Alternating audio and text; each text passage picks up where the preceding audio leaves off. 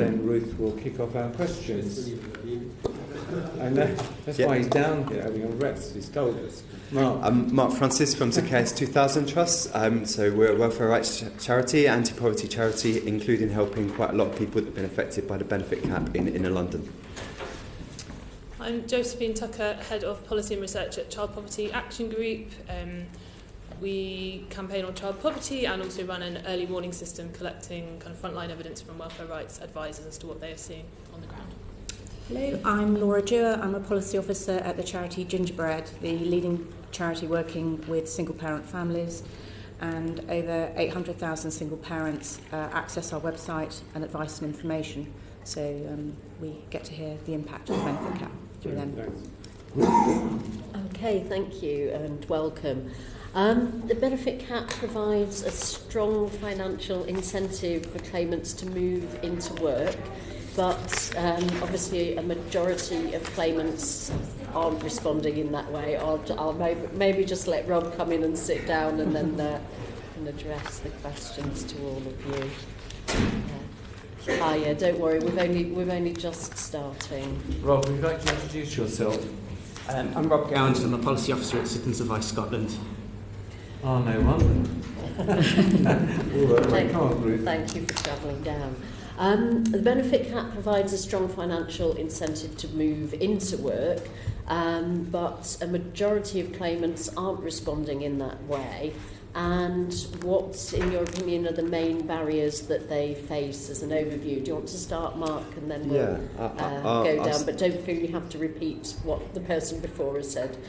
Okay, I guess from Zacchaeus 2000 perspective and the perspective of our clients, we wouldn't agree necessarily that it's about a strong financial incentive. We would say that something like a tax credit is a very strong financial incentive. We would say that the benefit cap is actually a sanction, a punishment for people. And in the initial instance, its initial rollout, its initial phase, the £500 a week, that impact was really only felt by larger families or families that were living in private rented sector in London. But so we don't really accept that premise that it is a strong financial incentive. We think other things are very good financial incentives for people to move into work. The one thing that I would say about the lower cap is that that's obviously that impact, that sanction is being rolled out much more widely around the rest of the country now as well, particularly in other urban areas. And that's something that we're London-based, we only help people in London, but we're seeing, and I know other agencies are seeing as well. So the point really about what the figures are, I think the IFS has confirmed DWP's statement that previously that it's a 5% impact, 5% improvement in people moving into work. And we recognise that there is obviously some beneficial impacts in terms of people moving back into work, but it's the collateral damage of all those other households that are impacted in the meantime, and particularly for the children and for families with disabled members in their household that we're most concerned about. Thank you. Thank you. So I think according to the latest benefit cap statistics, only around 19% of capped households are actually claiming job seekers allowance, which means that the remaining 81% have kind of already been assessed as not required to seek work either for health or disability reasons or due to caring responsibilities for young children. Even the job-seeking group are under a quite strong conditionality regime requiring them to make all efforts to look for work. So given that, especially that 81% statistic, I find the logic of the benefit cap kind of rather unclear in supposedly being a work incentive. Obviously those particularly affected parents of young children, especially single parents of young children, a new mother can be capped from the day a new child is born. We know there's no free childcare available until your children are 2. Even with older children, it can be very difficult finding childcare that matches available jobs or vice versa. And our analysis of some specific cases who have come to us in looking for kind of what jobs are out there in their area for their qualifications at hours where they could reasonably still manage the childcare. The numbers of those jobs become vanishingly small in some cases. I think the government's own review of the original higher benefit cap found that 2/3 of capped families felt that they had significant barriers to work, mainly childcare and health. And as a result, more people responded to the cap by cutting down on essential spending than they did by looking for work. I'd quite like to just give one example of a case study we've collected, if I may, just showing the kind of some of the people who are being affected by the cap. A single mother with 2 children, they gave birth to twins, which took her over the threshold for the benefit cap. She had been working 16 to 20 hours per week previously, which she managed to combine with caring for her older children, but she was on a 0 hours contract, therefore received no maternity pay or benefits from her employer. She also had to stop working 2 to 3 months before the end of her pregnancy due to health complications, meaning that she didn't qualify for the benefit cap grace period. One of her twins has health problems, which have required stays in hospital. She simply doesn't feel the babies are old enough to be placed in formal childcare, particularly with those health concerns. Childcare for 2 babies under 1 is obviously extremely expensive. She already shares her bedroom with the twins, so downsizing is not an option. She's considered moving to a cheaper area, but this would mean her children moving away from their contact with their father and the loss of support from other family members who help out, including looking after the other children when she's in hospital with 1 baby. This family were initially granted discretionary housing payments, but have been told that these are going to run out. This family have lost over £200 a week due to the benefit cap, over £10,000 a year, and it's, just really exemplifies what kind of a work incentive is it meant to be providing this mother. Laura and Rob, have you got anything to add differently? Yes, just that 72% of capped households are obviously single parents. This is a very big issue, and 76% of those have a child that's a child aged between 0 and 4.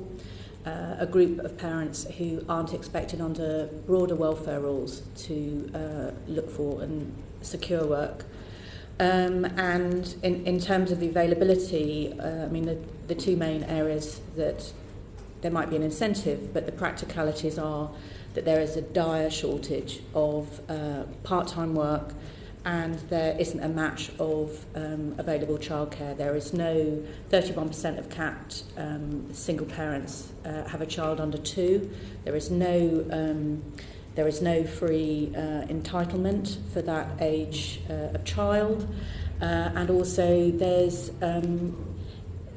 lack of availability. I think the Family and Childcare Trust found that over half of local authorities in England and Wales didn't have sufficient childcare for children under 2. Time-wise research constantly shows year on year the lack of part-time work. They talk about quality part-time work, so that's paying the equivalent of £20,000 a year. They found that only 10% of jobs would pay that pro rata. We've done analysis of the government's, the DWP's own website, which was formerly known as Job Match, now called Find a Job. And I would urge any of you to look at that for your own constituencies, because if you put in part-time jobs, you will see the type of jobs that there are. And even if something is a part-time job on that site, and we found that less than 10% of jobs across the country are part-time, but if you actually look in detail at those jobs, very often they're weekends, they're overnight, they're shift work, and so those aren't going to be suitable. Those are not going to be jobs that this group of parents can move into. Rob? The majority of people affected by the benefit cap in Scotland are lone parents with 3 or more children, and from CAB clients who have been affected, they've just found it sort of impossible to move into work because of their childcare responsibilities. Okay, thank you. And what impact would you say the cap is having on, particularly on claimants of ESA and income support who aren't able to seek work? Do you want to go back in reverse order and start with Rob? Yeah, in terms of the kind of the impact, I think that sort of the most common impact that we found is rent arrears. People who have been affected by the benefit cap quite often accruing rent arrears, often when they hadn't had rent arrears before. We've had issues where people have had to be referred for food parcels.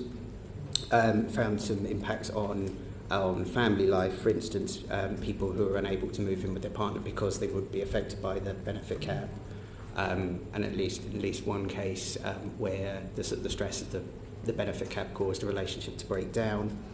In terms of people with disabilities and health conditions, the associated stress has in some cases made their health conditions worse.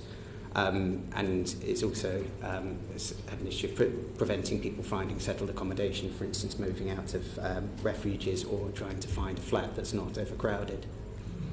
Okay, thank you. I can give you snapshot examples from our helpline. So obviously we get people who phone us and affected by the benefit cap, and obviously you're going to hear there are examples of people who have a £25 shortfall, a £50 shortfall, obviously can't afford heat their homes, they can't afford basic necessities. But I think I wanted to give you one example of a parent that I met in August of last year through my work.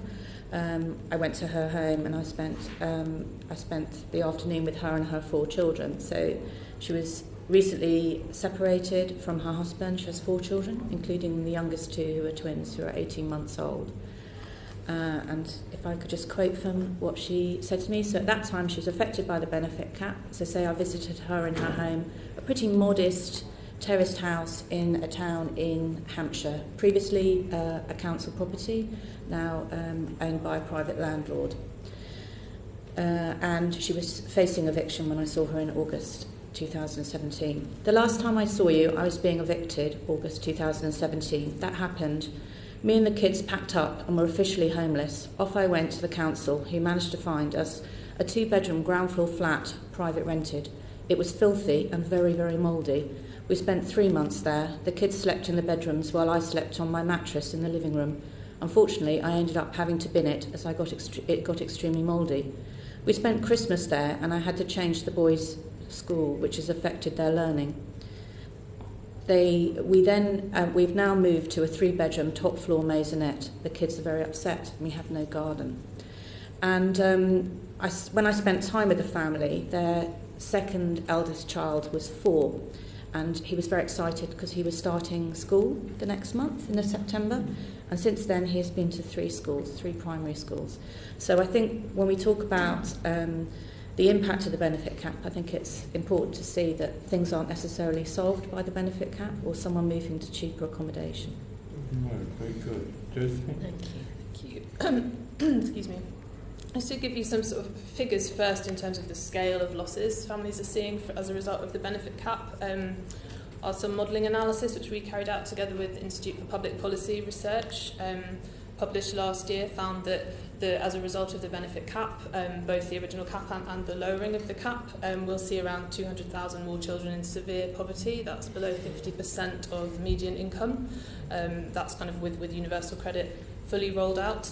Our cost of a child research carried out by Professor Hirsch at Loughborough University this year found that by 2021, thanks to a combination of rising costs and the lower benefit cap, a family with 3 children on out-of-work benefits will have barely a third of the money that the public has agreed through the minimum income standard, well-researched process, costing a kind of basic, no frills, but acceptable standard of living in this country.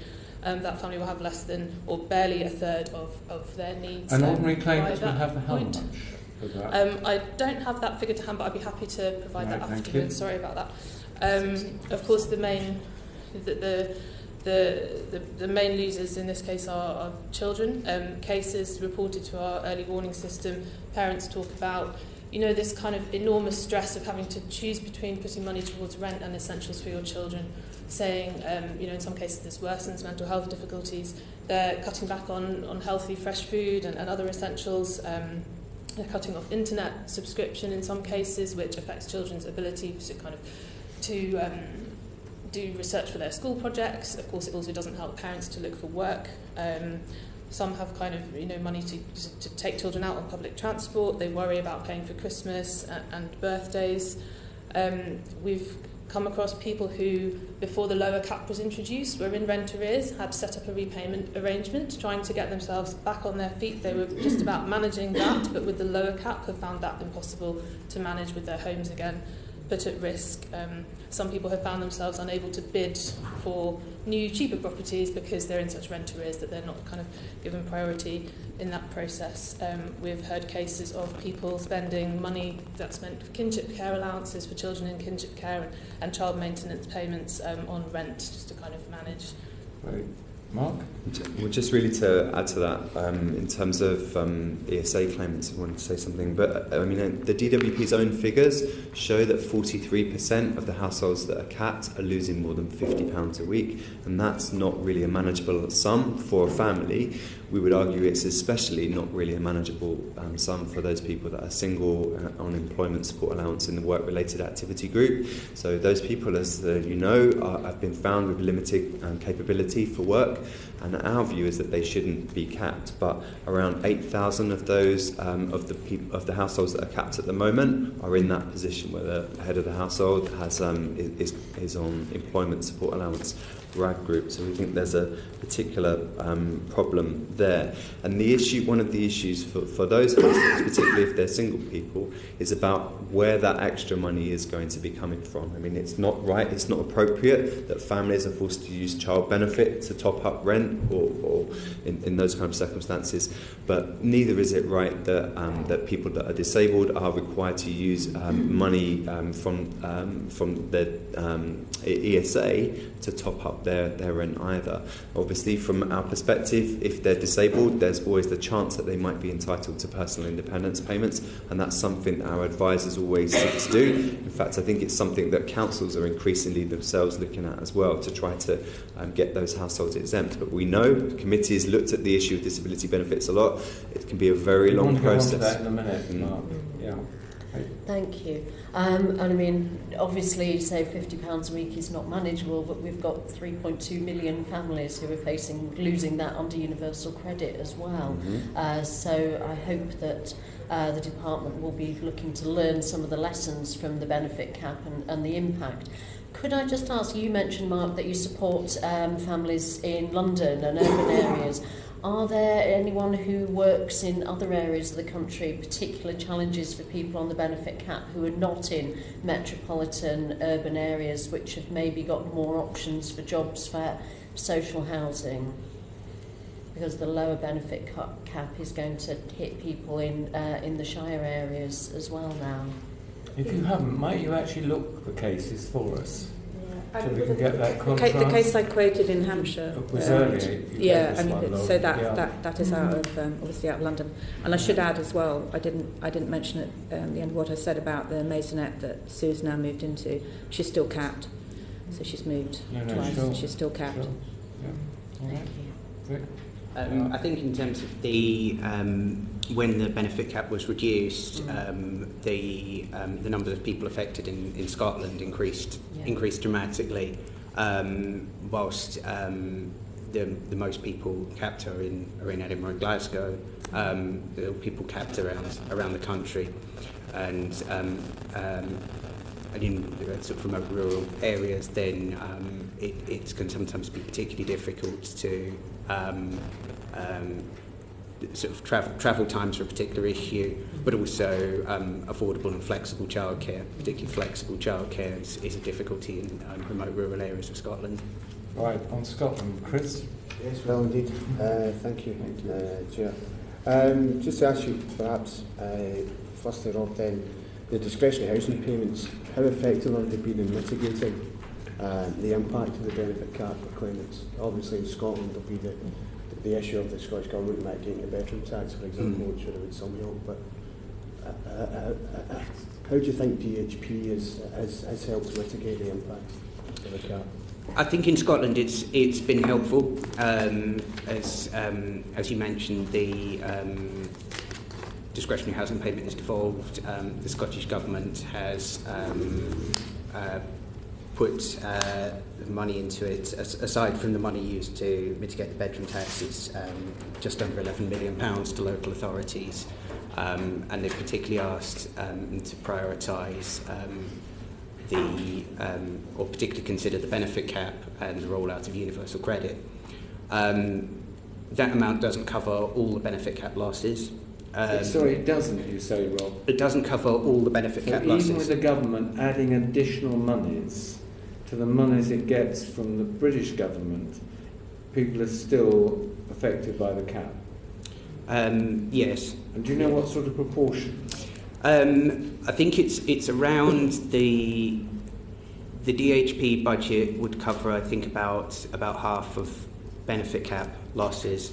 And the amount the Scottish Government's able to add?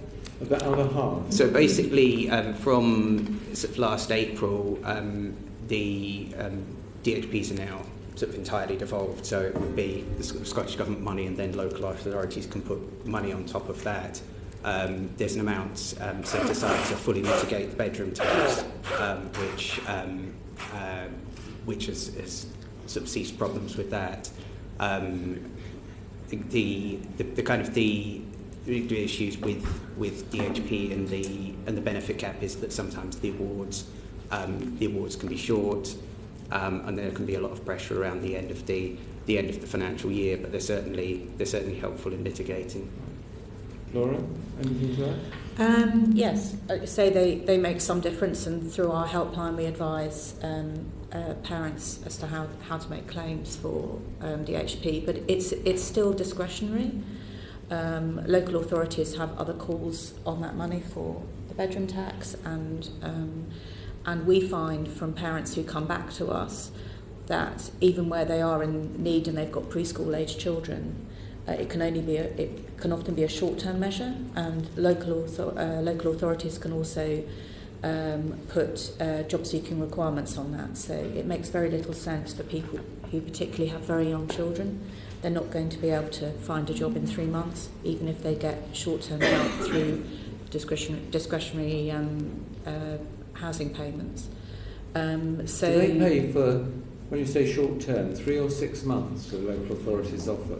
Yeah, so they'll say they'll just do the short term, which is not going to, if someone, as Josie has given an example of someone going to be affected by the benefit cap when their baby is born, giving someone 3 months of DHP is a sticking plaster and not a solution. And so we have examples from our helpline of people. I've got a single parent, one child under 5 that's been capped and has to pay £93 towards her rent each week, and her DHP was turned down. Single parent, youngest child is 4, she's been capped and has been turned down twice for DHP. It's a discretionary payment. Local authorities can have different rules, and so it's not an ideal solution. Anything new to add, Josephine? Just to echo, that's very much the picture we've seen as well. There was a report done by our sister organisation CPAG in Scotland, together with one-parent families in Scotland, which I'll be happy to share with the committee afterwards, which just confirmed what's been said, that several local authorities in Scotland make DHPs time-limited, 13 weeks or up to 6 months. And at least one, we've had a case where somebody was told by the local authority that they're now not providing any money for benefit capped families at all. When you say in Scotland they time-limited, I mean, is there any authority that doesn't time limit it? I mean, it's the very nature of local authorities with an inadequate budget, isn't it? I haven't done a kind of analysis of every single DHP scheme, but I would imagine so, and that's certainly a source of great worry to families, even when they have a discretionary housing payment, never knowing if that will be renewed after the few months or the year coming up. So we see, so because we operate in London, perhaps where the rationing of the DHP allocation is at its most acute, we see lots of 3-month awards, people going back, maybe getting a second 3-month award, but then being turned down for the second half of the year. Obviously, as it's a cash limited pot and it runs down, we know that local authorities try to hold some back for the second half of the year, but obviously there's just not enough to go around. And I think really that's the point, isn't it?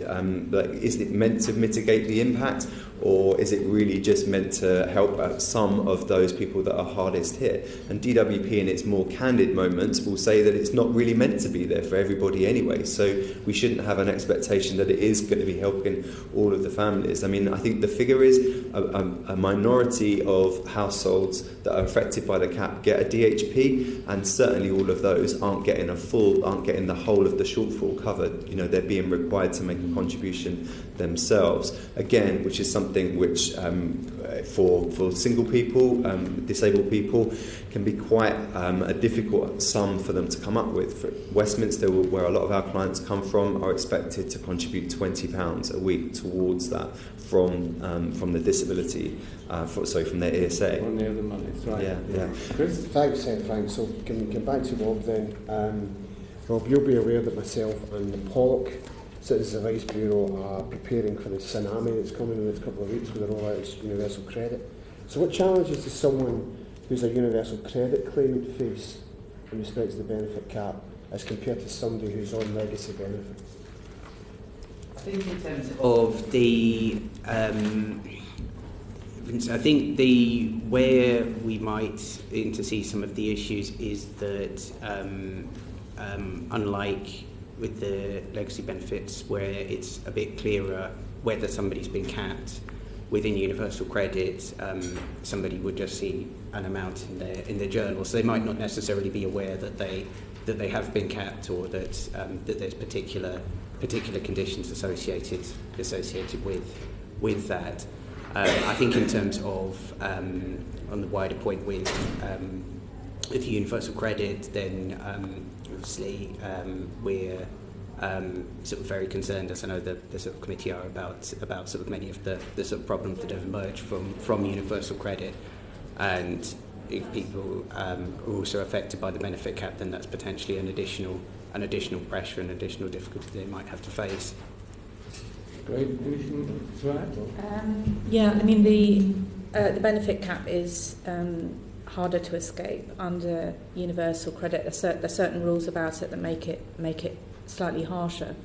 So, for instance, the maximum deduction that you can get with housing benefit, you can get housing benefit down to 50p, but actually under universal credit it could go deeper into your benefits, including benefits that were expected for children, the child element of universal credit. The earnings requirement under the legacy benefits, working tax credit, is clearer and more generous, just hours, whereas under universal credit it's actually a cash sum. It's £520 a month, and which is harder to achieve. And Josie's probably got some good figures on. It's actually very dependent on when people are paid. If they're paid weekly or fortweekly, it can mean that they can't be exempt because of that. Can you explain that point, Laura? Why is that? I can come on to that in my time. Yeah, you can come. Yes, you're probably more detailed. And also, people are exempt under the benefit cap under the legacy rules. They can be exempt from the benefit cap for a certain period. So if they've worked in the 9 months before they're capped, and actually under the earnings requirement under universal credit, it's far stricter and less generous. Particularly bad for people with fluctuating earnings. Josephine? Thanks. There are sort of three things I'd really like to talk about in relation to the benefit cap on universal credit, sort of touched on by others already. One, as Laura said, you can simply lose more money under universal credit because it's not just the housing element that can be reduced. Money for adults in the family, disability children is not protected or ring-fenced in any way. If you have other deductions from your universal credit, such as advance repayments, that further reduces your income below the cap level. That's taken off after the cap. So that's obviously going to kind of create greater hardship. One important issue that we've come across is due to the way managed payments to landlords seem to operate in universal credit. For people who have arranged for the housing payment to go directly to their landlord, we have seen cases where that money, that the housing element, is given in full to the landlord, leaving the family receiving, in some cases, zero universal credit to pay their living costs for the month, and obviously that would not have happened in the legacy system due to the ring fencing of different elements. One single parent we spoke to had literally zero universal credit coming in. Of course, she could request to have the money paid directly to her, giving her a choice of how to spend it, but of course you're still left then with not enough to pay your rent and pay for basics like food. Another issue which has been alluded to is the way in which the earnings threshold for being capped works in universal credit. Rather than an hours rule, it's on the basis of each month's reported earnings, which have to be £520 per month. There are people who earn £520 per month on average, but due to either their pay cycles not being monthly or due to sometimes when their pay dates fall, they can appear in the universal credit system as having either no pay or not enough pay during a particular month, leading to them being benefit capped. So I can give you a couple of examples. Just give us one. Yeah, okay. So somebody paid... we had a case of a single mother working 17 hours a week. She's paid 4 weekly, paid £510 every 4 weeks. The monthly equivalent would be £552.50, enough to mean she would never be benefit capped if paid monthly. But as paid 4 weekly, she has 13 pay packets a year. So in all but one of her annual universal credit assessment periods, she's paid once, meaning she's benefit capped in 11 months out of the 12 in the year. So that's the most kind of extreme point for us to take up. Mark. Example. So we have a couple of similar cases ourselves where somebody has ended up with absolutely nothing after a managed payment to landlord. And reading the written evidence from Gingerbread and from CPAG, was really surprised to find that that's something that other people are finding as well. And just to kind of give you some flavour of the feedback when we tried to challenge that. So DWP's response when we tried to challenge that was that the managed payment to landlord could be removed, but it was not a good idea, as all that would happen is that Natalie, who is our client, would use the money and not pay her rent, putting her at risk of getting evicted. And that was the attitude to her being left with nothing. She was literally penniless in her standard allowance. Chris? All right. Fine, yep. Steve? Yeah, I just really wanted to ask at this point if there were any other changes that you haven't kind of referred to already that you think could be implemented that would make it possible to improve the policy. So I'll have first go at this, so that one's all right. I mean, to be candid, we're against this policy on a point of principle, and we would like to see it scrapped. We think that people should get the social security benefits that they're entitled to, that Parliament says that they're entitled to, and it shouldn't be artificially capped. We understand that that's not going to be changed in the course of this, that issue settled for this Parliament, but we do think there are some groups that are particularly hard affected by the cap as it stands at the moment. And maybe let colleagues talk about those that are in receipt of income support, but we think all ESA claimants should be exempted from the benefit cap. They're either disabled or seriously unwell. Obviously, us and other agencies, I'm sure CAB, are trying to get as many of those ESA claimants exempted as possible, but there are 8,000 currently that are in receipt of ESA and are capped, and we think that that's really wrong. It's also worth noting that there are around just under 30,000 households that have been capped but are now in receipt of an exempting benefit. Many of those households are exempted because people have helped them, or they themselves have put in a successful claim for PIP, but that's taken time, and it may have been a year or two during which they've been capped and been forced to live below the poverty line as a result of that. And we think that's why we think that issue needs to be addressed quite urgently. We'd also just make a plea, I think, for homeless households, statutorily homeless households in temporary accommodation who have absolutely no choice over what accommodation they're provided with, that they should also be exempted from the cap as it stands at the moment. They can't downsize or move anywhere else, otherwise they'll be found to be intentionally homeless.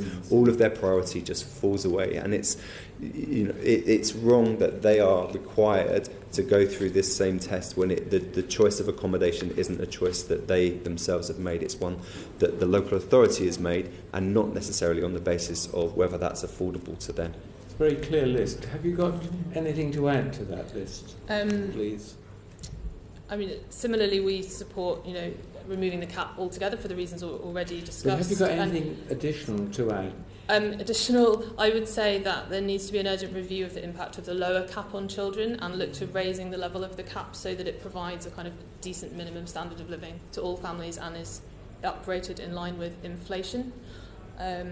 Within universal credit, I think it's important to ring-fence the amounts for basic needs of both adults and children, and specific groups that I would want to see either exempted or having additional grace periods. Families with very young children, ideally up to school age at least. Particular issues for families with disabled children under 3 who would probably qualify for DLA but due to their age just haven't yet met the criteria. Refugees who've been newly granted refugee status who may need a little time to adjust to learn English to start work. Can I just ask something? Please don't misinterpret this, but by the time we take out people who are sick and unable to work, children with disabilities, people with young children, refugees, people who are in temporary accommodation, who would be left in this camp? I mean, I think that sort of hits the nail on the head of all the groups who are being affected who simply are not necessarily in a position to respond to the benefit cap by moving into work in the way that... But I mean, the point I'm trying to make is we could spend a bit of time, I'm not dismissing what you're saying, going through each group and saying why they shouldn't be included, but are you actually saying that fundamentally it can't be reformed, there's no way of improving it to make it work better? That's exactly the point. You know, when DWP first put this cap forward in 2011, 2012, they talked about nearly half the people that would be affected were people on job seekers allowance, you know, that they're sitting around in some way, not actively looking for work. Whereas it turns out by November 2016, it was only 1 in 8 of those households that were capped that were actually on JSA. The rest were ESA claimants or lone parents on income support. And that really goes to the heart of the issue. The vast majority of people that are being capped right now are not required to be actively seeking work. And so why are they being capped? It was sold to the House of Commons, not on those grounds. It was sold on the grounds that people, if they got a job, the cap would be lifted. It was as simple as that. That's what the House of Commons voted on. Is anybody against us recommending that? No, I think that sounds very fair. I mean, I think we've asked for the policy to be reconsidered for those reasons. If exemptions were made, it would take most people out of the benefit cap. So I think it's a fair point to say sort of why have the policy in the first place. And can I just make the House of Commons voted quite clearly. I was in on the debates and spoke that this would actually affect people who, if they got a job, the cap wouldn't apply. I don't think the House of Commons would have voted for it if they'd thought differently.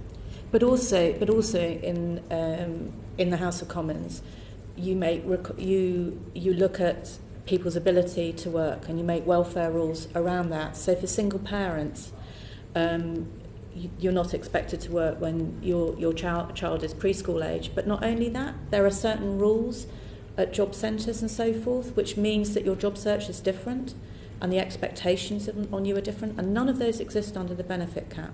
So your journey times to work, the amount of hours you're meant to work, not working at weekends and shifts, all of those things exist within the welfare system and they don't exist under the benefit cap. And in terms of universal credit, the parents of younger children are going to be expected to work when their children reach 3, but there are also protections within that for people to get more sustainable work. So we got a protection in place, which is people could train for up to a year. If you've got a child that's 3 or 4 under universal credit, you can train for up to a year. You're treated differently than other job seekers. The benefit cap's very blunt, and I don't think it's going to help people get into sustainable work. Right, thank you very much for telling us how the policy works different to how we voted, what we voted for. Thank you very much for that.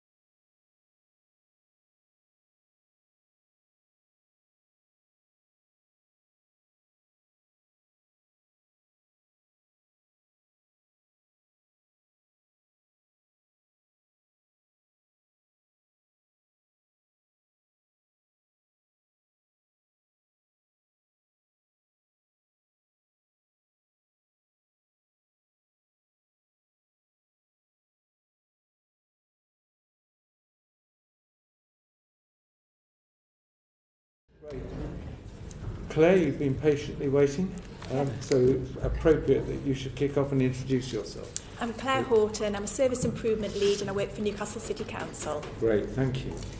I'm Mark Feller, Director of Community Solutions at the London Borough of Barking and Dagenham. Welcome back. And I'm Graham Bourne, Head of Revenues and Benefits at Brighton Hove City Council. Great, thank you very much, Ruth. Thank you very much. Can I ask what general approach you've taken to supporting benefit cap claimants in your area since it came in? Yeah, if I'm okay to start. We've taken a proactive, preventative approach in terms of targeting advice and support to the due to be affected households and then the affected households, and we've done that since before the introduction of the lower benefit cap.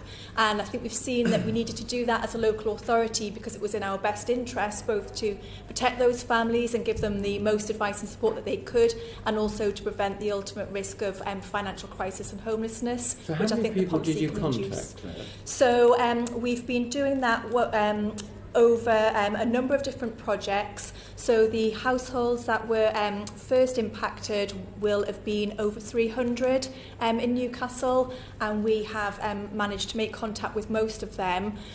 We've got a core group of around 60 households that are in our ALMO, in our social housing, Your Homes Newcastle, who I think existing services have found probably quite difficult to engage with and to support. So we have been targeting them with support for the last year through a new multidisciplinary team that we set up with some MHCLG funding for homelessness prevention.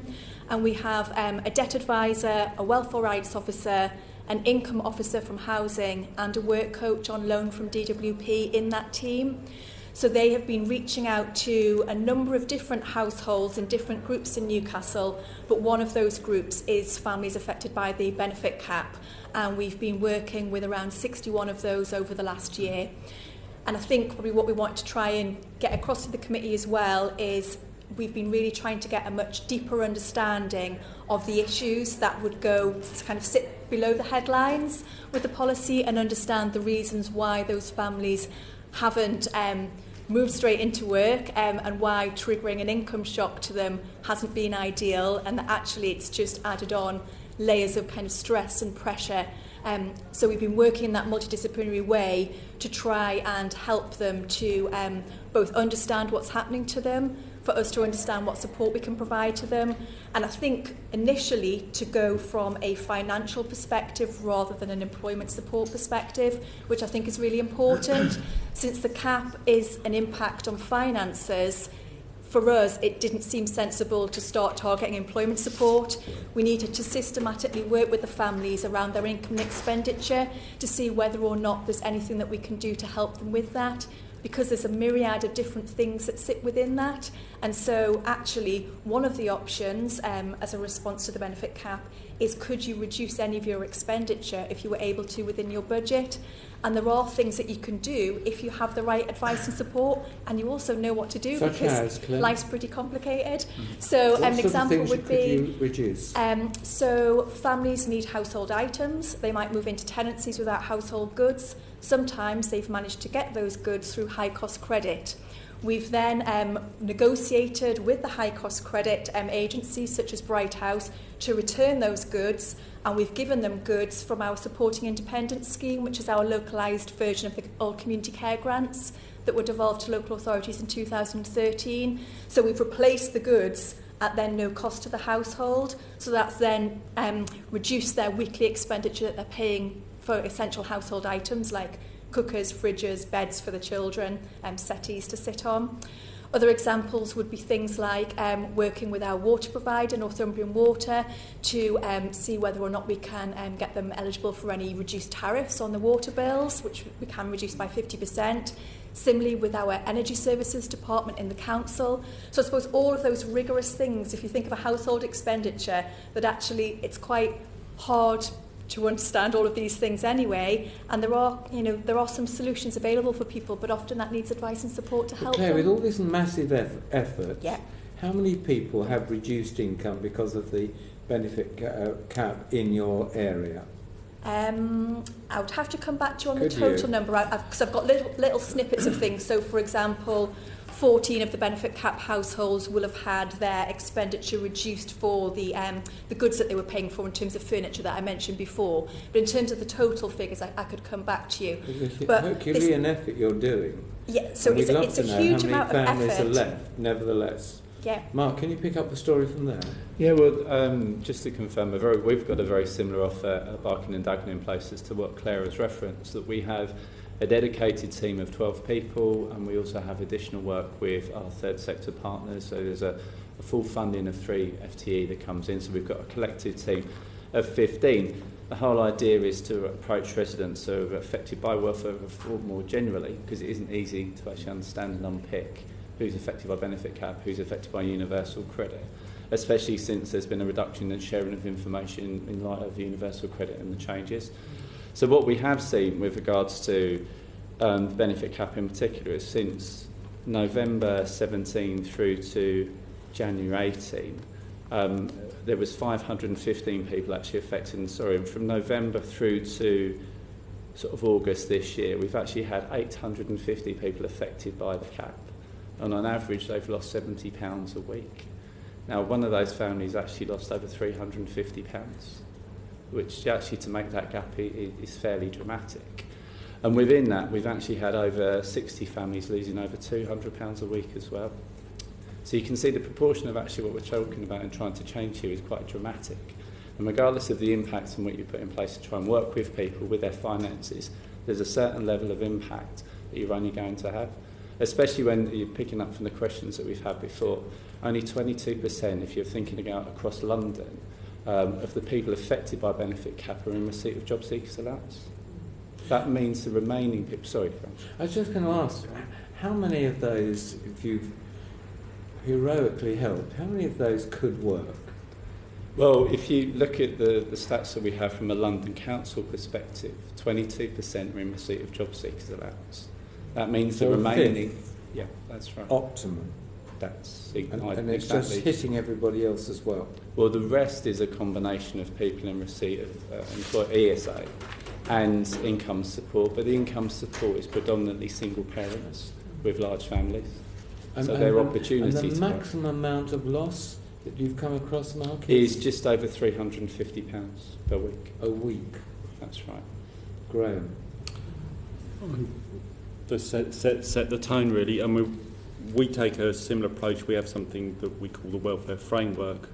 Within that, we have a welfare rights advice, debt prevention team, a crisis fund, the BenCat team, and then we strategically link across the authority to housing, social care, and into the voluntary sector to try and coordinate our approach. In terms of BenCat, the description and the percentages are very similar. Our approach is trying to provide that platform almost before you can even start talking about work, of stability for people to actually progress. So first of all, you're trying to secure tenancies fundamentally. Then you've got debt advice, certainly budgeting advice, right down to the details of budgeting advice. There's a sort of emotional intelligence and nurture around how our 3 coaches work with their cohort. Benefit maximisation, we have to represent appeals. Confidence building, particularly around mental health. The stress on mental health around debt is debilitating. You know, if somebody's got a mental health problem, then they're put in a situation where their fundamental ability to financially exist is compromised. Then you're trying to find a path out for those individuals. It's a long, long path to bring those through. So, and you probably need that platform before you start working on training, volunteering, work experience, looking at the childcare. 79% single parents. Childcare is massive. Trying to work the balance of childcare. So there is actually a win within childcare and working, and there isn't always a win. You cannot always come out with a formula that works like that. Child maintenance, and trying to keep constant engagement and presence and progression and keep that engagement going. So we work across a whole cohort.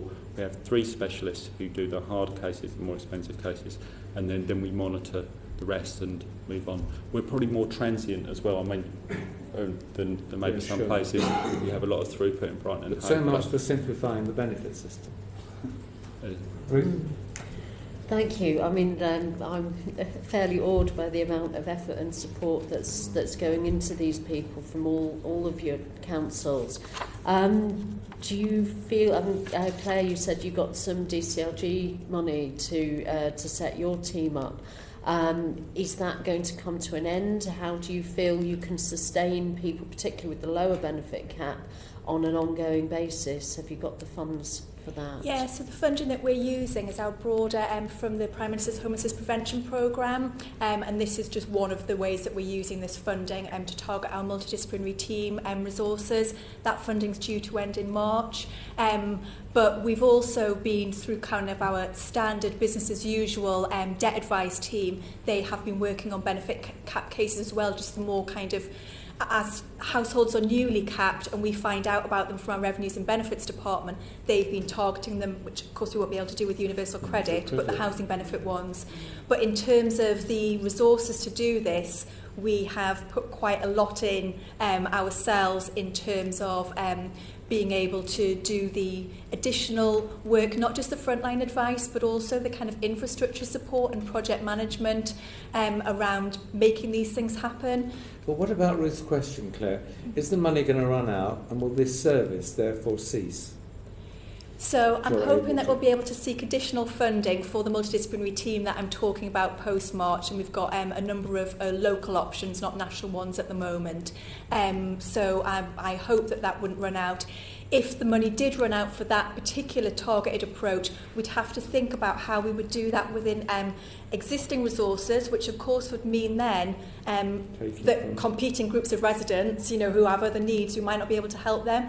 But I think with the benefit cap cases, the reason we've always prioritised is that we're really worried about the risk of homelessness from a local authority perspective. Of course, we don't want the households to become homeless anyway, but of course then it's very expensive because we would need to accommodate them, and it's just senseless really. So we need to do all that we can to help to stabilise these families and help them to maintain their tenancies. Great, thank you. Mark? So I think in part the team that I'm talking about, the funding will end because we fund the relationship with the third sector, which is a multifaceted offer for a universal support, and as we know from next year, that's directly targeted towards CAB. With regards to our core team, that's from our general fund, so that there are plans to continue that funding. However, as Claire references, there are additional pressures that are coming into a local authority. This isn't a statutory service, so actually it will be exposed to challenges everything else is. I do think that there's some wider context around this as we talk about the increase to homelessness, in particular in London. And we've seen a jump since 2011 and by over 55,000 households across the capital, which equates to nearly 2/3 of the homelessness issue across the country. And there are direct comparables between the pressures of actually the benefit cap, the introduction, the wider welfare reforms that are contributing directly to these problems. And then equally, I think there's I've seen a report more recently from the Joseph Rowntree Trust with regards to in-work poverty, which is dramatically increasing. And within my own borough, that number's up to now 13,000 people. So even when people are coming out of the cap, there are additional pressures, looking at the whole system impact from that perspective. So you're preventing people going into destitution, but the service that you provide is not compulsory. It's absolutely not. Yeah.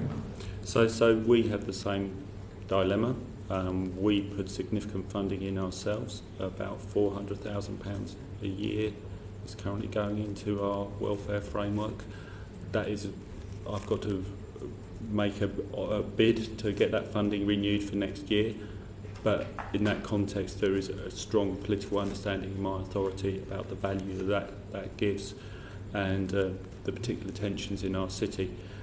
There is an argument in terms of the council's own funding that you would hemorrhage a considerable amount of money if you didn't have these interventions. That's greater loss. So we have the same context, obviously a city known for high homelessness levels, the same pressures, but I think there's a later question about the whole funding around it. We are supporting the whole housing benefit setup and welfare funding with local money all the way through. So we have to balance our local pressures against other other pressures in the local authority and put what we can towards this. But eventually it's a council decision in very difficult times. Sure. Ruth, you happy? I don't know if any of you have experience of non-metropolitan areas. I mean, I live in a Shire County area in Derbyshire where we don't have the volumes of people who are capped, but we have there is no way we could put those sort of figures of funding towards finding people in particular. How do you feel from your own experience that would work with people who are more spaced out, harder to reach, but with overall not the sort of resources you've got? Because these are the people that are going to be affected under the lower cap. Anyone got any expertise to offer here? Well, not direct expertise, but it's conversations we've had in the local area. The dynamics of benefit administration are different because the repercussions of that benefit administration fall on often a different tier. So the incentive in terms of delivering it from the districts or boroughs isn't there, and the consequences aren't there in the same way. So trying to, and also the resources aren't available, and often the expertise and training that you have in city centres, all the link to the voluntary sector.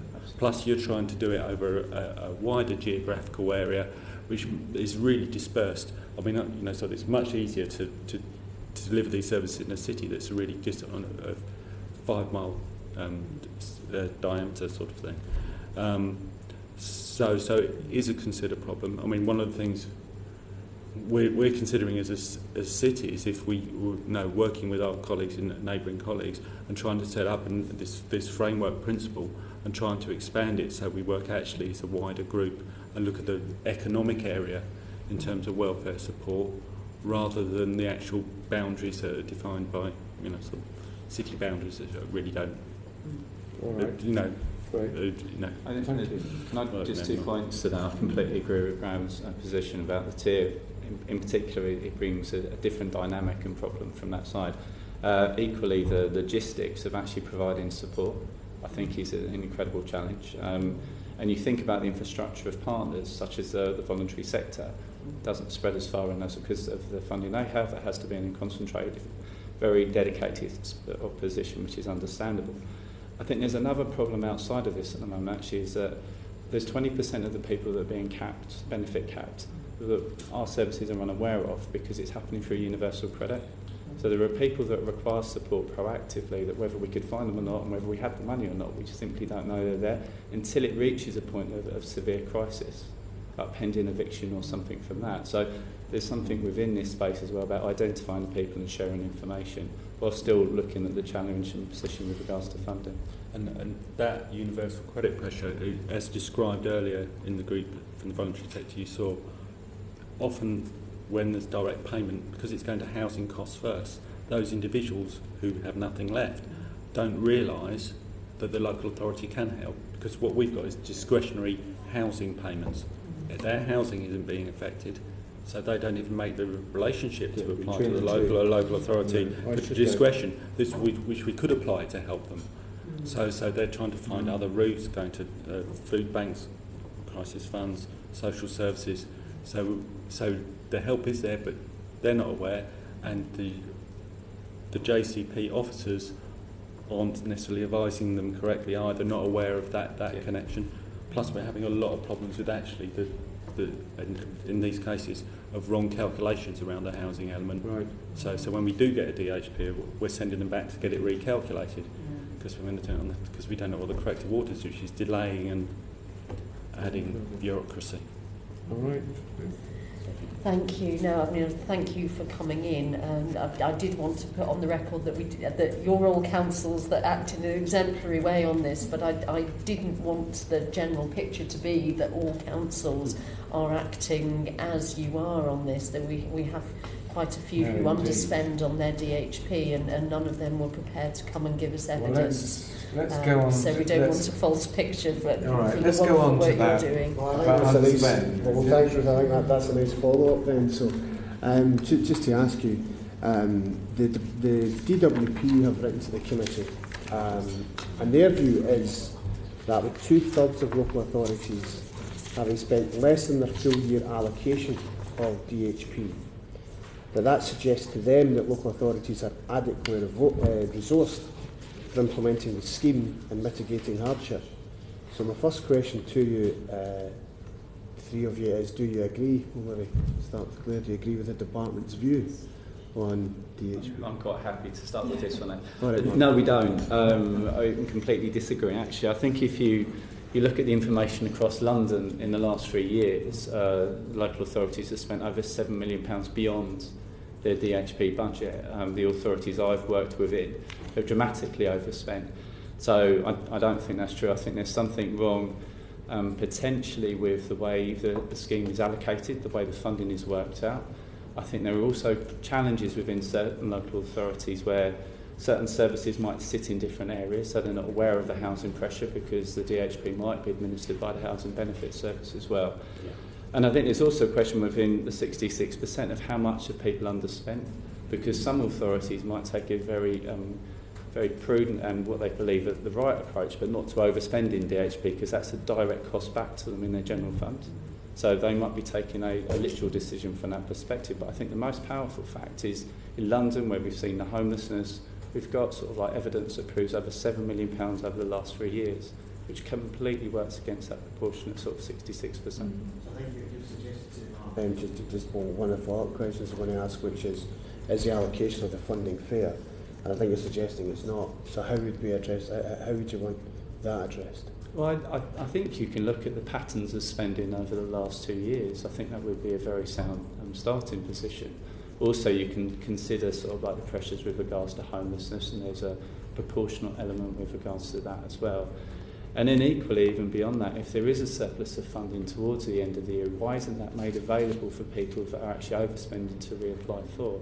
So there's some very smart ways we can do this, even within the current envelope. But then I think there is an argument here, a much wider piece, in how a local authority is funded to support vulnerability at a local level from a broader aspect. And actually that's beyond the DHP and touches into universal credit as well. Do you want to add to what Mark said? Well, I had some figures down just to give an idea of if a local authority is not contributing to the cause. I mean, just from our point of view, just the basic housing benefit administration grant is nowhere near adequate for basic, and it never has been. So we're putting 1.8 million into a housing benefit administration before you start as a local authority. I've mentioned the welfare reform, 220,000, crisis fund and another 180,000. We have a council tax discretionary fund, 150,000. Our own housing discretionary fund, another 75,000. We're putting money in behind us as well. That 66% is, sits next to a statistic saying that 99% of the overall budget is spent. So when you put those two together and look at the figures, I worked it out, it was an average DHP budget of 477,000 per authority and a 6k underspend. Now, when you're managing these budgets, it's an annual budget. You're not allowed any roll or things. And I don't know about your local authority, but we are stringent about managing within budget. If there's no extra, we're expected all our budgets to manage within budget. This may be an alien concept to the DWP, but that's what we do. So you, at the start of the year, you have to try and set a policy, because it has to be a written policy around discretion. You have to have a strategy working out about how you're going to try and spend it. And then it unravels as you go through the year and you're trying to monitor the expenditure. The goalposts are changing with universal credit all the time. So you try and backload the year because universal credit's coming in and then it's delayed, and then you have to shift your policy and strategy. So you're trying to manage shifting demands, trying to work out what's going to happen in the winter, and then try and come in on budget. Now, a lot of authorities are probably trying to absolutely manage that to the closest point possible, but not overspend. Well, you're going to end up with a load of small underspends, and that probably goes into that 66% significantly. If there are big underspenders in there, that's a different question, and those authorities should be asked questions, but Claire, what about your Newcastle? Add into that in terms of the financial planning as well. Often you won't get notification of the next year's budget until Q4, often around kind of the mid-February time. So again, in terms of it being a solution for families, then it very much is mitigating. But in terms of being able to have long-term financial planning, we're just, constrained, as Graham said really well, within that year, and not knowing, what you're going to be able to do for the next year until only a few weeks before. We had that issue, a few years ago where the department did open up for bids for additional money, which was gratefully received, but we were in the we were getting a whole, I think, we got £600,000 extra or something, within about 5 weeks to spend it before the year ends. So it's, in terms of sustainability, I think we would have a bit of a plea for longer term DHP budgets for local authorities in terms of being able to allow us to plan, because that 1 year budget cycle is really unhelpful given what DHP is intended to do, and the fact that the welfare reforms are so interconnected, cumulative, all these things are happening all of the time. That pot of money that we're given to mitigate the impact of those is quite difficult to manage, but obviously very helpful because it's been, a massive solution, albeit temporary, for many of our families at risk. Great. Chris? I think that they are very fairly robust responses to the department's claims, Stuart. No, indeed. All right, Steve. Okay, I just want to ask a couple more questions about discretionary housing payments, just so that we're a bit clearer about how it actually works. I wonder if you could tell us a little bit from each of your authorities about what the kind of qualifying criteria is for someone who's seeking discretionary housing payment. So the criteria would be that someone needs to be in receipt of housing benefit, which is why people still have 50% in receipt, or housing element of universal credit, and they would need to, their sustaining tenancy would be at risk. So we would award DHP on that kind of those broad principles, and then the conditions that we would give people on receipt of DHP would be to do there's only a few things that they can do really in terms of trying to maximise their income, which might be moving into work if that's going to be appropriate, to move to more affordable accommodation if it looks as though they can, or to reduce their expenditure.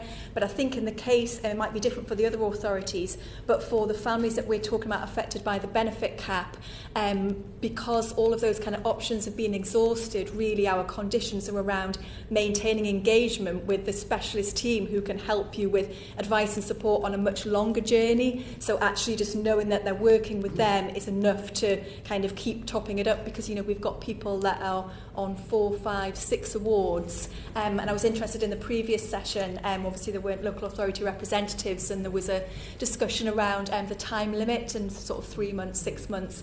Again, we will try and do a personalised award as far as we can. We don't have a blanket rule, so we will be making awards for 3 months, 6 months, 9 months, 12 months, depending on the circumstances.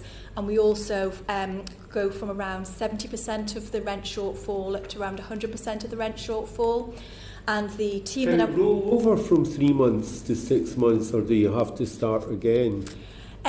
So the theory would be that you would make a new application. Right. But I think for some of the families that we're working with intensively, we're almost doing some automatic applications with revenues and benefits for that payment, because again, when money's so tight, it doesn't make sense to do lots of administrative processes, and it also doesn't make sense, and it's really unsettling for the families themselves to not have that kind of security. So with the cohort that I was talking about of around 60 households, we've tried to do quite a rigorous exercise in terms of looking at the rent shortfall as a proportion of their income, and it's usually around 20%, looking at the deductions that are coming off from DWP as well, which or can be in that cohort have been from around £15 up until around £60, looking at their circumstances and how near they are to work or how far away, and then making a judgment and making a personalised recommendation for DHP then, because for many of those families we have a year's DHP, and then if we get budget next year, probably looking at it again is what we're looking at, because some of them have been capped from the original cap, you know, from the end of 2013. Only a small number, but some families have really challenging circumstances, and that kind of temporary top-up money is our best chance, really, at helping them to stabilise. And I think we see the stress on some of the families when, you know, they talk about, you know, worrying about when the DHP is going to stop. You know, kind of, we put some quotes in the written evidence, feel pretty stable, but I do worry about when my DHP ends. I worry about my debts, and when the benefit cap came into force, it affected my anxiety, and I was put back on antidepressant medication again. I struggled, and it was made worse when the benefit cap was introduced. That was a single mum with a housing benefit reduced by 55 a week. So I suppose the temporary nature of DHP, as I said before, though welcome because it's a solution, it's just not a way for people to be living their lives and having that kind of secure foundation and not knowing whether or not they're going to get it. Is it much different in Barking and Dagenham, or do you follow pretty well? We follow a similar principle to Claire's reference. We wouldn't ask someone to reapply after 3 months. We would actually be working with them. And part of the criteria is that we work with all of the families with regards to budgeting, money management, debt management. So there's an overarching package within that. So the principle is very similar.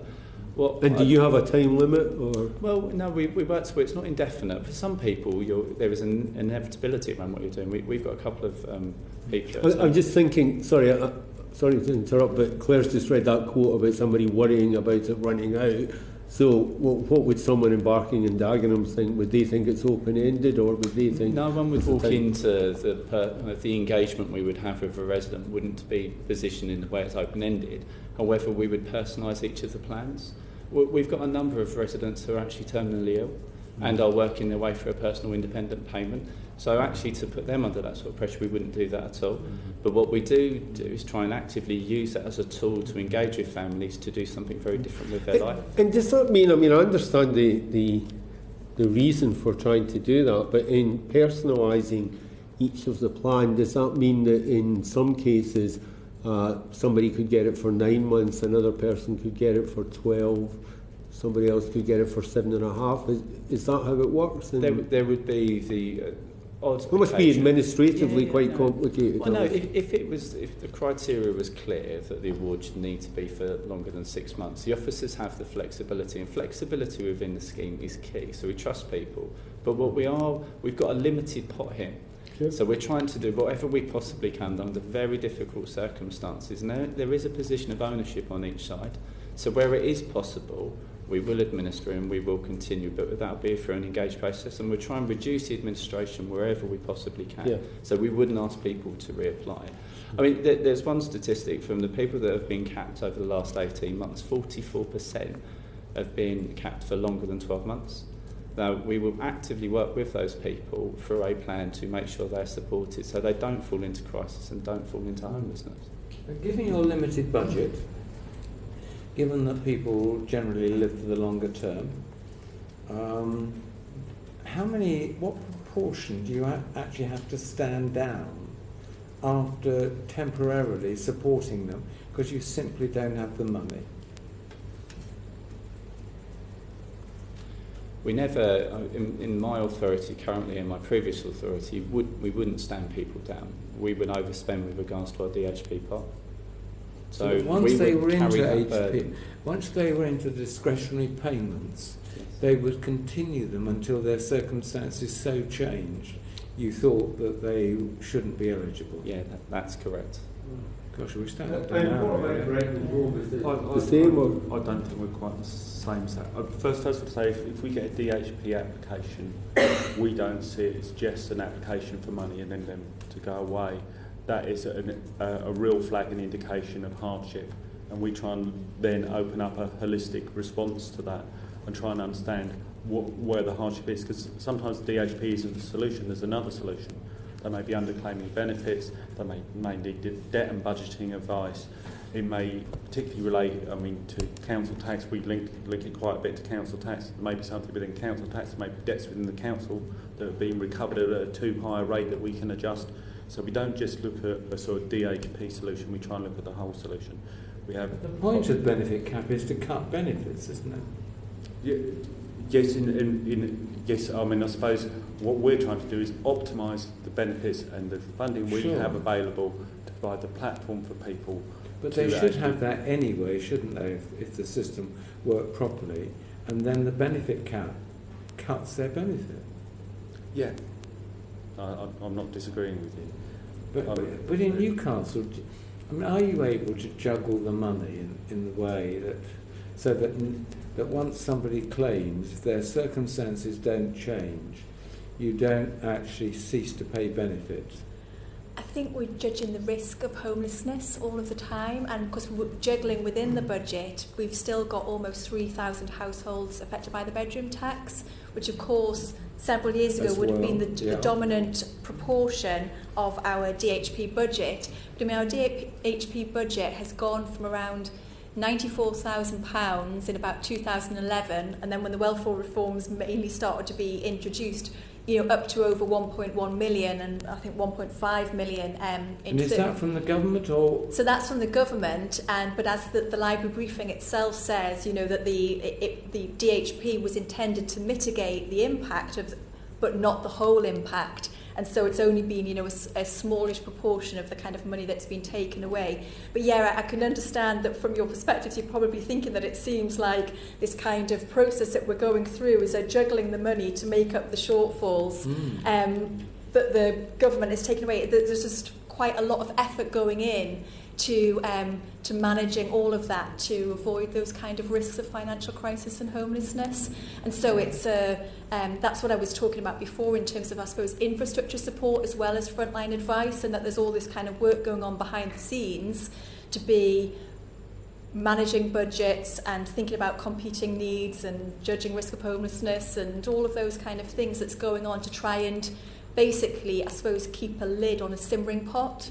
So you've all suggested there's not really enough money for this. I noticed in a response I had from the Chief Executive of Birmingham recently, I think they are in the midst of designing a new policy. She says that there's going to be greater conditionality during the period of DHP. I interpret that as meaning they know it's not sustainable and they're going to have to find some way of reducing it. Do you all anticipate similar measures at some point?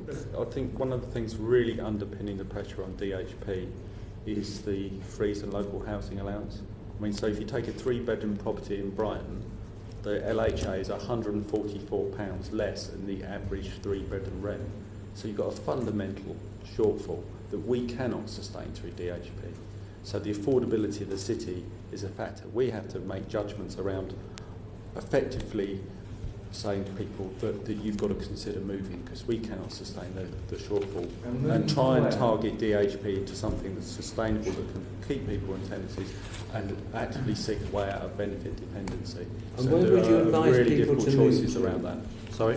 Where would you advise people to move? We don't advise people to move. We just point out, sort of, it's realistic in the budgeting of people. The choices, you've got choices to make within your budgeting. One of those choices is about where you live. But we don't, it's not a blatant sort of confrontation about living elsewhere, but it's certainly a consideration that people have to consider in high rental areas. And I'm sure London dynamic is exactly the same. And one of the things about the benefit cap, it doesn't reflect the rental areas. So in a high rental areas, you more quickly hit the benefit cap because you've got a larger LHA award and the dynamics fall out. So there's actually extra pressure in the high rental areas because the mechanics of the benefit cap is. If we take account of kind of local rental costs and employment opportunities in your different areas, is there any way of applying this that better represents the geography of the situation and would make it work more effectively?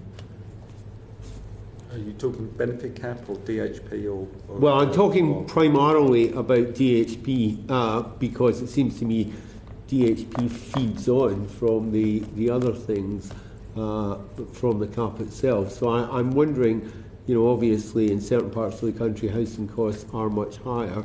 Is there any way it could be applied to better represent the geographic realities of different areas.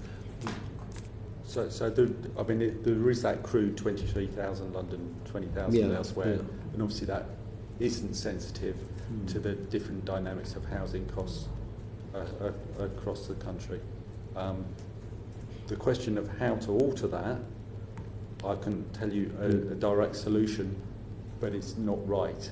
It's a response, and there's got to be a better way of doing it. That if you actually agree with the actual principles behind it, because I think you've heard today that there's so much in the mechanics of how this is set up.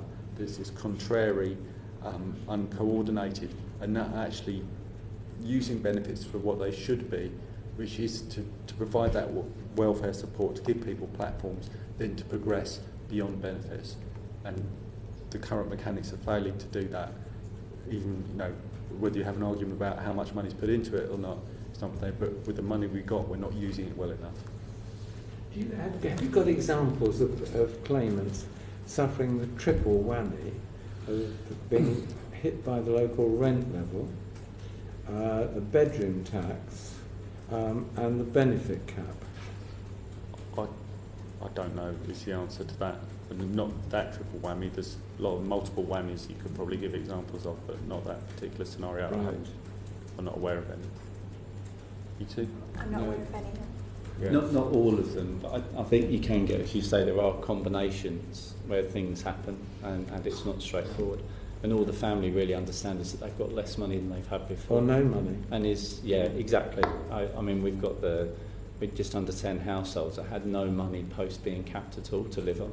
If you took a sort of certain, so their rent, so their amount of benefit was just about enough to pay for their rent alone. And that's for Barking, not the whole of London. Well, I think London has similar issues. No, sure, but if there are 10 people with no money at all, that's right.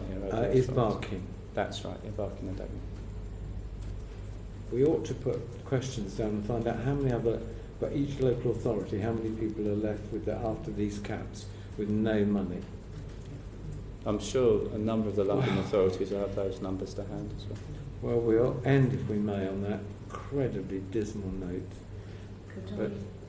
All right. Could I just ask one more question? You've talked a lot about the people you have reached. It's not a happy question. Do you think there are people that you haven't reached that are affected by the cap, and will those numbers increase as universal credit rolls out? So I would say, definitely because of the universal credit issue. Just as one example, the first time we had found out about a universal credit household affected by the benefit cap was they'd moved up from Reading and they turned up at our housing advice centre at risk of homelessness.